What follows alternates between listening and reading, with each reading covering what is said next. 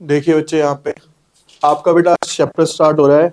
14 chapter है या नई बुक्स के अंदर हो सकता है 15 से दिया हो।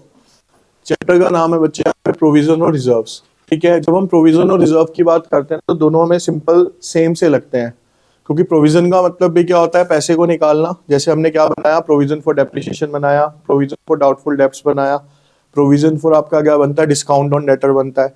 तो इसका मतलब भी क्या है कि मैं एक पैसा अलग करके रख रहा हूँ। ठीक है, तो वो हमारी लाइबिलिटी बनती है। उसका मतलब भी क्या होता है, टोटल अमाउंट में से कुछ मनी सेपरेट कर लेना। तो दोनों ही हमारी क्या होती है, एक तरीके से लाइबिलिटी होती है। फिर भी इन दोनों में बहुत मेजर डिफरेंस होता है, उसी के लिए ये पूरा चैप्टर बनाया गया। पहले हम ना की टर्म्स पढ़ेंगे इसके। सबसे पहले हम देखेंगे बच्चे कि प्रोविजन किसे कहा जाता है। कहते हैं provision is an amount set aside by charging it to profit to meet a known liability. इसमें हम आया यहाँ पे, ध्यान से देखना, बेसिक माइनर सा ही डिफरेंस है दोनों में, अगर थ्योरी पॉइंट ऑफ व्यू से देखो। देखिए यहाँ पे बोला कि प्रोविजन एक अमाउंट होता है जो हम अलग निकाल के रख देते हैं। कहां से चार्ज किया जाता है इसे, प्रॉफिट से।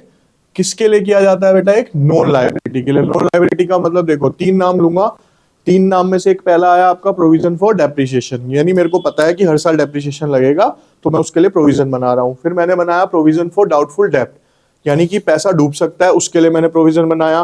Provision for discount on debtor, मुझे पता है कि डेटर को डिस्काउंट देना पड़ सकता है। तो ये सारी की सारी कौन सी लायबिलिटी हो गई, मेरी नॉन लायबिलिटी। मेरे को पहले से पता है ये चीज हो सकती है।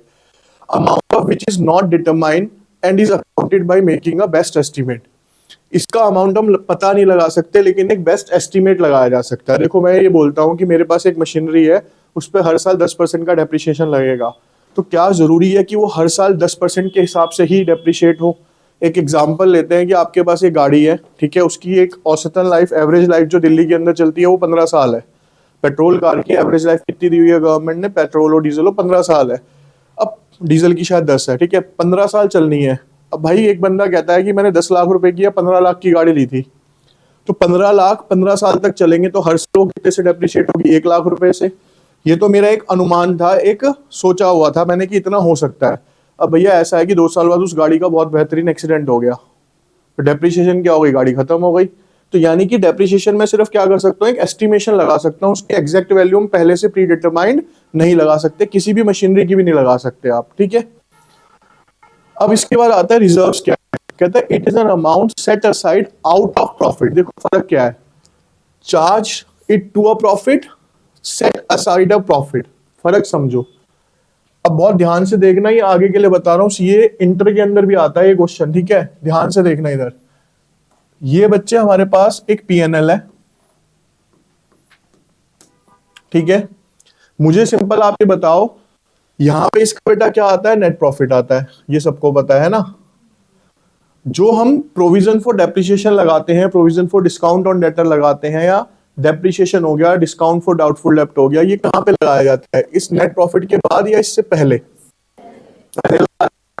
तो ये आ गया मान लो आपका प्रोविजन फॉर डाउटफुल डेब्ट। तो जो भी चीजें नेट प्रॉफिट से पहले करी जाती हैं, यानी जिनको चार्ज करने के बाद, जिनको निकालने के बाद हमारा नेट प्रॉफिट आता है, उस टर्म को बोला जाता है क्या, यहाँ पे against profit, charge against. Charge against profit का मतलब है कि वो मेरे को देनी ही देनी है। क्यों, क्योंकि तब तक मेरे को पता ही नहीं है कि मैं प्रॉफिट में हूं या लॉस में हूं। तो बिफोर नेट प्रॉफिट या नेट लॉस जो भी है, उससे पहले जो हम निकाल लेते हैं वो सारा क्या कहलाता है आपका, वो प्रोविजन में काउंट होता है। रिजर्व क्या है, मैं एक आपको एंट्री याद दिलाता हूं, आपने ही करी है फाइनल अकाउंट में। Transfer 10% of the net profit to general reserve. आई थी एक ट्रांजेक्शन, क्या थी, transfer 10% of the net profit to a general reserve. मतलब सर जो नेट प्रॉफिट आ गया है उसमें से 10% कहां पे ट्रांसफर कर दो आप, नेट प्रॉफिट में। तो ये कौन सा हो गया बेटा, set aside out of the profit, यानी जो मेरा नेट प्रॉफिट आ गया है, यानी इस स्टेज के बाद क्या निकाले जाते हैं, हमारे रिजर्व्स निकाले जाते हैं। तो ये बहुत माइनर डिफरेंस भी और मेजर डिफरेंस भी इसका। ठीक है, क्या दो चीज बता रहा हूं, दोबारा से सुनना। प्रोविजन जो होता है बेटा वो चार्ज अगेंस्ट प्रॉफिट होता है। जो भी चीज चार्ज अगेंस्ट प्रॉफिट होगी, 12th के पहले चैप्टर में पढ़ोगे चार्ज और ये सारा। ठीक है, जो भी चीज चार्ज अगेंस्ट प्रॉफिट होगी वो हमेशा क्या है, कंपल्सरी है, पे करनी ही करनी है, वेदर फर्म को प्रॉफिट हो वेदर फर्म को, क्योंकि हमें पहले से पता ही नहीं है कि इसको करने के बाद हमें प्रॉफिट मिलने वाला है या लॉस मिलने वाला है। लेकिन जो आपका रिजर्व है, रिजर्व हमेशा कब निकाला जाता है, जब फर्म को क्या हो गया है, प्रॉफिट हो गया है। रिजर्व बेसिकली पता है क्या, एक तरीके का आपका पिगी बैंक है। तो आप सीधा सा लॉजिक इस तरीके से समझो, आपको पैसा सेव करना है, गुल्लक में पैसा डालना है। गुल्लक में पैसे कब डालो, सारे खर्चे वगैरह सब कुछ करने के बाद पैसा बचेगा तब लोगे, या खर्चे हुए नहीं पहले गुल्लक बना लोगे, नहीं होता ना ऐसे। तो यानी कि ये क्या हो गया प्रॉफिट, और ये क्या हो गया आपका चार्ज प्रॉफिट। अब रिवेन्यू रिजर्व कौन सा है और कैपिटल रिजर्व कौन सा है? रिवेन्यू रिजर्व होता है बेटा side out of the revenue profit, यानी जो भी मेरे को रिवेन्यू प्रॉफिट होता है ना, उससे जो मैं प्रॉफिट अलग करता हूँ वो कौन से कहलाते हैं मेरे रिवेन्यू प्रॉफिट। अब क्वेश्चन आप पूछोगे नहीं है कि रिवेन्यू प्रॉफिट क्या होता है सर। बेसिकली रिवेन्यू प्रॉफिट का मतलब, ध्यान से सुनना आप, मैं आपको यहाँ पे पढ़ा रहा हूँ, मेरे को जो आप फीस दे रहे हो तो ये मेरा प्रोडक्ट है टीचिंग, मेरे को जो आप फीस दे रहे हो ये मेरा रिवेन्यू प्रॉफिट है। पहली चीज, एक कोई जनरल स्टोर चला रहा है, वहां पे जो सामान बेचते हैं जो वो रिवेन्यू प्रॉफिट है। तीसरा, किसी की कपड़े की दुकान है, वहां पे वो जो कपड़े, यानी जिस भी चीज में आप काम करते हो वो चीज बेच के जो आपको प्रॉफिट होता है वो आपका रिवेन्यू प्रॉफिट है। कैपिटल प्रॉफिट कौन सा होता है? कैपिटल प्रॉफिट का मतलब होता है बेटा जब आप अपनी फिक्स्ड असेट्स बेचते हो। मान लो मैं यहाँ बैठा हूँ, मेरे को लगता है यहाँ रिनोवेशन चलना है, मैंने एसी बेच दिया, टेबल बेच दिया, नया लेके आएंगे, तो मैंने अपनी फिक्स्ड असेट्स बेची, इस पे प्रॉफिट अर्न हो, कौन सा हो जाएगा? Capital profit. तो रिवेन्यू प्रॉफिट में से जो रिजर्व अलग करोगे वो रिवेन्यू रिजर्व, कैपिटल प्रॉफिट में से जो अलग करोगे वो क्या कहलाएगा आपका। अब जनरल रिजर्व और स्पेसिफिक रिजर्व में डिफरेंस क्या होता है? नॉर्मली अभी तक आपने जनरल रिजर्व पढ़ा है। जनरल रिजर्व क्या होता है बेटा? It is the amount set aside out not for any specific purpose. Basically क्या होगा, एक एग्जांपल लेते हैं, आपने घर पे दो पिगी बैंक बनाए, ठीक है, एक आपने रख दिया यहाँ पे, मोस्टली दो तीन जगह ना हमारे परिवारों में बनते भी हैं। एक तो पिगी बैंक हो गया सेविंग के पर्पज से, एक क्या होता है किसी के कुल देवता है, किसी की कुल देवी है, या कोई वैष्णो देवी के लिए गुल्लक अलग बना देता है कि इसमें पैसा डालते रहेंगे, कभी वैष्णो देवी जाना होगा तो ये पैसा हम वहां पे लगाएंगे जाके, है ना। अगर आपने किसी स्पेसिफिक पर्पज से बना दिया, मान लो वैष्णो देवी जाना है या किसी तरीके से, तो वो स्पेसिफिक रिजर्व हो गया, उस पैसे का इस्तेमाल क्या करोगे आप? सिर्फ वही करोगे, ठीक है। जनरल रिजर्व कौन सा हो गया कि आपने एक सेपरेट गुल्लक बना दी, आप उसमें पैसा डाल रहे हो, लेकिन आपने कोई रीजन डिफाइन नहीं किया कि ये पैसा किस लिए निकाल रहे हैं, तो वो पैसा जब भी आपको किसी भी रीजन से जरूरत पड़ेगी तो आप निकालोगे और उसको क्या कर लोगे, आप यूज कर लोगे। अब एक एग्जांपल बताता हूं, आपके पास एक क्वेश्चन है, आपने उसमें से जनरल रिजर्व निकाल के रख दिया, ठीक है। अब मान लो लॉस हो गया, पेंट कराना है, पॉलिश करानी है, कुछ भी करानी है, तो आप उस जनरल रिजर्व का यूज कर सकते हो। लेकिन अगर आपने क्या बना रखा था, प्रोविजन बना रखा था, provision for depreciation, provision for discount on data, तो वो प्रोविजन आप कहीं और यूज नहीं कर सकते हो। कहाँ पे यूज करोगे बेटा आप? डेप्रिसिएशन या फिर डाउटफुल डेब्ट के लिए ही यूज कर पाओगे। वो हो गया आपका स्पेसिफिक रिजर्व हो गया फिर, ठीक है। देखो लिखा भी है रिजर्व में, it is the amount of the profit for a specific purpose expansion. मेरे को पता है कि भैया मेरे को 2 साल 5 साल बाद और 2 मंजिल बनानी है, तो मैंने एक पैसा निकाल के रख दिया एक्सपेंशन के लिए, ग्रोथ के लिए, तो वो पैसा क्या होगा? सिर्फ एक्सपेंशन में ही यूज होगा। फंड्स बनते हैं, बड़ी बड़ी कंपनी ऐसा काम करती हैं। फिर नीचे आता है बेटा यहाँ पे रिजर्व फंड किसे कहते हैं? Amount of reserve invested outside the business, reserve against which security is termed as a reserve fund. देखो क्या होता है बेटा, हमने कुछ रिजर्व्स निकाले होते हैं और उस रिजर्व्स को हमने कहीं पे क्या होता है, इन्वेस्ट करा हुआ होता है कुछ सिक्योरिटीज के बदले में। तो वो जो हमारे पास पड़ा हुआ है, जो हमने इन्वेस्टमेंट कर दी, तो वो क्या बन जाता है हमारा? एक तरीके से रिजर्व फंड बन जाता है। क्या बन जाता है हमारा? ठीक है, यानी जो रिजर्व का पैसा निकाला हुआ था मैंने कहीं पे वो इन्वेस्ट कर दिया, ऐसा करता होगा कोई? हाँ जी भाई, एक तो आप सेविंग्स के मैं बता देता हूँ। रिजर्व फंड हमने बेसिकली क्या करा बेटा, रिजर्व निकाले हुए थे, वो रिजर्व निकाल के हमने कहीं पे इन्वेस्ट कर दिए। अब वो जो सिक्योरिटीज के बदले में हमने इन्वेस्टमेंट करी है, वो हमारा क्या बन गया? एक तरीके से बन गया। क्या से इन्वेस्टमेंट करता होगा? नहीं नहीं,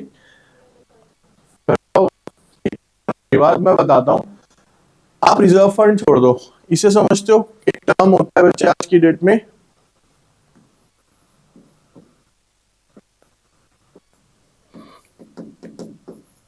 क्रेडिट कार्ड, है ना।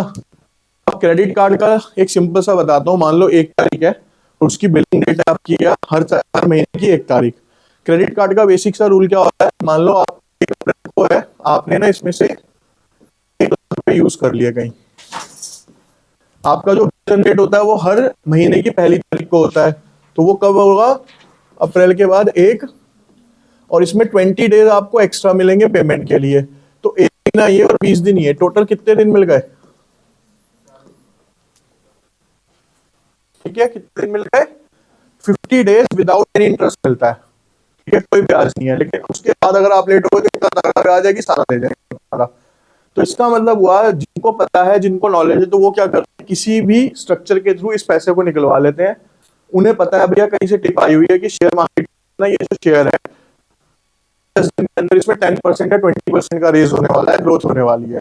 यहाँ से पैसा निकालते हैं किसी भी तरीके से, वहां पे इन्वेस्ट कर देते हैं, वहां से 20% आया, इस पे कर दिया, 15-20% का इंक्रीमेंट मिल गया, 1 लाख पे 20% हो गया 20,000।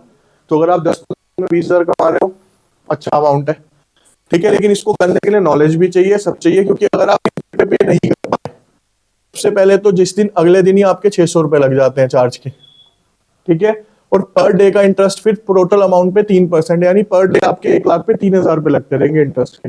जितना लेट होते चले जाओ उतना इंटरेस्ट बढ़ता चलो, लेट हो गए तो इंटरेस्ट है, ठीक है। तो बेसिकली क्या है, होता है कि लोग रिजर्व्स निकालते हैं और रिजर्व्स को क्या करते हैं, फर्दर आगे इन्वेस्ट करते हैं, ठीक है, प्रॉफिट कमाने के लिए। अब ये बेसिक ना इसका सबसे इंपॉर्टेंट क्वेश्चन है बच्चे, यहाँ पे रिवेन्यू नहीं, ये अगले वाला आएगा, इसको भी हम पढ़ लेते हैं। कहता है रिवेन्यू रिजर्व और कैपिटल रिजर्व किसे कहा जाता है? रिवेन्यू रिजर्व क्या कहता है? It is created out of a business profit, it is created out of capital profit. Business profit का मतलब भी क्या होता है? रेवेन्यू प्रॉफिट होता है। क्या है? कहता है it can use for distribution of dividend without any pre condition. Dividend का मतलब क्या होता है? जब भी बड़ी बड़ी कंपनीज को क्या होता है बेटा, प्रॉफिट होता है ना, तो वो क्या करती है, अपने शेयर होल्डर्स को लाभांश बोलते हैं। डिविडेंड का मतलब होता है हिंदी में लाभांश। अगर इसे तोड़ोगे तो वर्ड बनेगा लाभ जमा अंश, यानी प्रॉफिट का एक टुकड़ा किसको डिस्ट्रीब्यूट कर देती है? वो अपने शेयर होल्डर्स को डिस्ट्रीब्यूट करती है। तो रिजर्व हम वहां कर सकते हैं, इसके ऊपर कोई प्री कंडीशन नहीं है। It can use for distribution of dividend only if the company satisfies condition company act.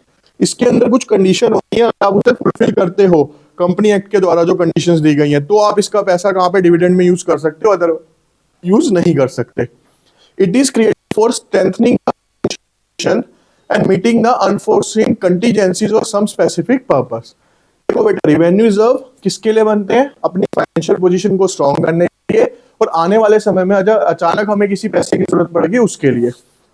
It is created for meeting a capital losses और to be used for the purpose of specified by the company.